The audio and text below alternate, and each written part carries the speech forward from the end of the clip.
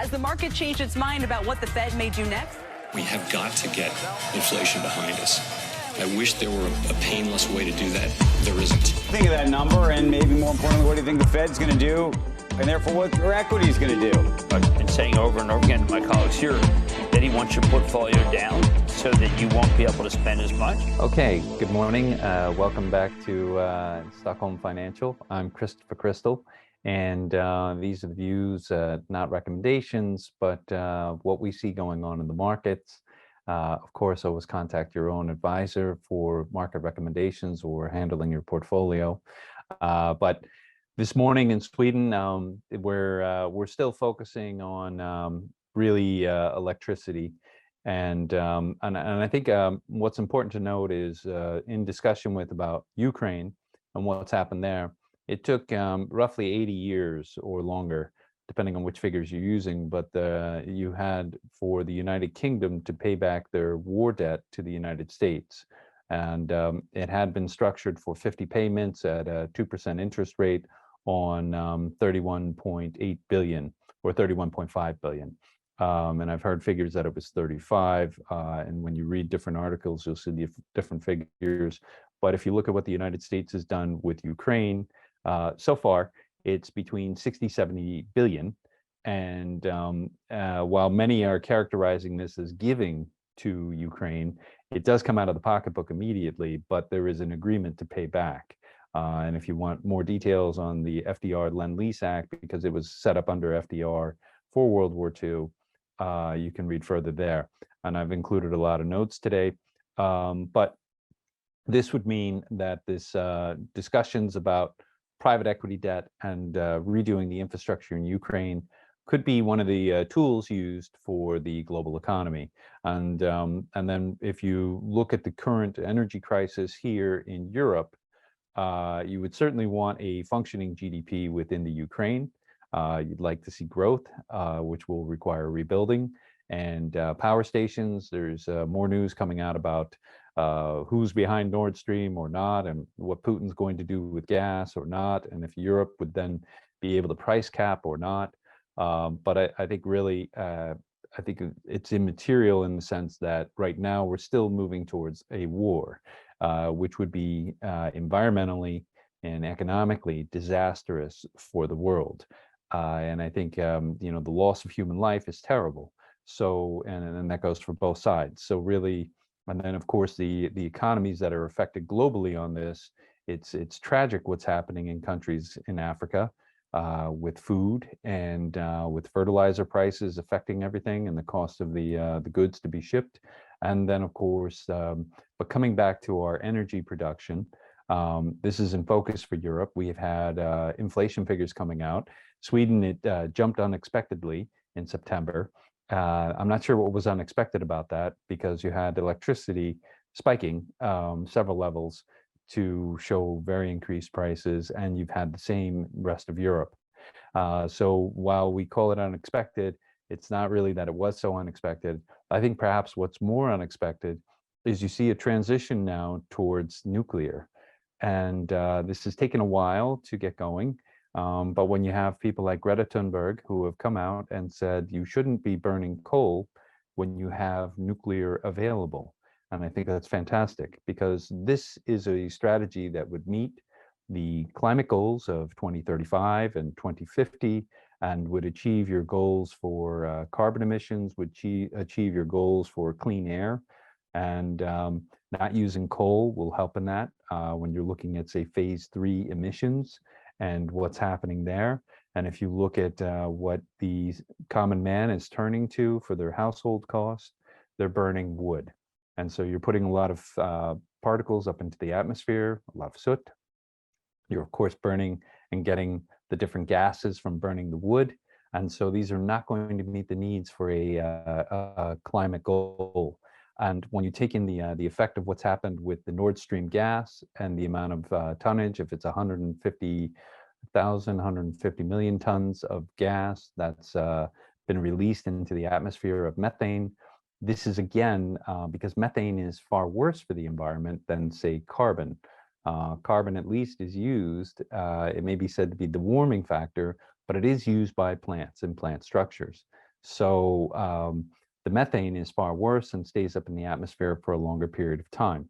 And I would say that with our experience here in Sweden with a company called Vattenfall, which runs nuclear power plants and had that experience in Germany and is shutting down our Ringhall, and their possibility to switch over to a small modular reactor. They're waiting on regulation there. They said there was no financing or real deal in place yet for the Ringhall place or plant, but it's moving forward. And here in Sweden, we saw the parties that got elected all had this a part of their political campaigns and strategies. So with nuclear power, we do get some sign of relief. It's a little bit early to say that this is going to be the way that it's going to go, but if you look at the cost and you look at the time to restart, say, 30 nuclear plants in Germany, and what the effective lowering of electricity prices would be, as you would have it as a reliable demand as opposed to intermittent, which is what you have with sun and solar. And we're going into our dark period, so the solar panels are not going to be so effective. You have periods where you have less wind, the Unterwinde in Germany, I think is the proper pronunciation. You will have a higher reliance on gas-powered and coal-powered without nuclear. So this is not in line with the climate goals and certainly skews the model for what was to be achieved. So you do also have new talks about, or not new, but renewed enthusiasm for hydrogen. And would hydrogen be able to work? It's being tested in Japan on this principle of using hydrogen. Now, hydrogen uses, in Japan, they're using a mix of gas and hydrogen. So they have 50-50 mixes running on their turbines to create their power. And then, so it's not really green power because they're using the gas. And then how are they creating their hydrogen? That's not really green always as well. So this is something that's underway, but there is one place in the world, here in the Nordics, of course, over in Stavanger, that does have currently a 100% powered hydrogen turbine. And that's in a small, previously oil rig focused town called Stavanger. And so in Stavanger University, they have a hydrogen powered turbine, which is running 100% on hydrogen. And but it's only servicing a small community, and it's only one. So we'll see how that develops, if they'll get this into gear sooner rather than later. But remember, these projects take time. You have to do your environmental assessment. You have to do your construction assessments. You have to see how the materials wear under these conditions, and you have to get the burning mixture or how you're burning it at the temperatures correct in order for it to be a functioning, because hydrogen is extremely flammable. If you want examples, just look back at the old days of the blimps and what would happen with them if they didn't function properly and how long they would burn for. So we do have hydrogen as an alternative, but it's not yet fully worked out how it will work or when it's to be put in place. And so we do need a solution. We don't see anything yet from the EU other than their previously stated climate goals, and we'll wait and see. But when we look back again at the nuclear, you do have a new deal coming out from Westinghouse with Brookfield Renewable Partners. And that's an entity that is owned by Brookfield Capital Partners, which had bought out Westinghouse in the United States when they went bankrupt. And that Brookfield Renewable Partners has signed a deal with Cameco in Canada, and will be providing something like $7.8 billion worth of a deal for this nuclear power production in Canada. And that's encouraging to see that we're starting to get more of the nuclear going and that people are starting to turn toward. But remember, there is a period of time with the build. As you can see in Wyoming with the project by Bill Gates and Warren Buffett, and what they're doing there with a small modular reactor project, or if it's not a, I'm not clear on if it's a small nuclear by definition or small modular by definition or not.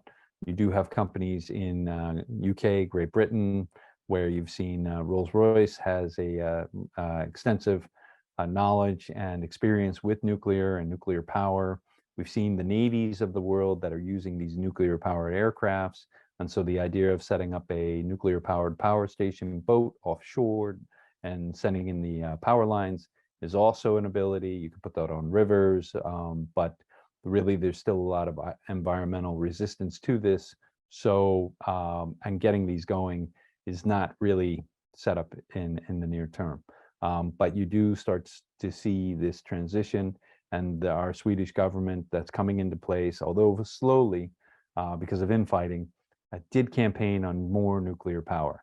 So we'll see how that develops. But we're not at the sea change yet. We don't have the spur or starter for the global economy yet. And we do see areas like what's happening in Iran, which is again tragic. But you see a resistance to their government, and you see a potential for a change, as it's already affected their oil workers, and some of the government oil companies are under strike, or they've had workers striking even at these places. So we're in a bit of a transition here. We'll see if it can actually grow or if it remains the same.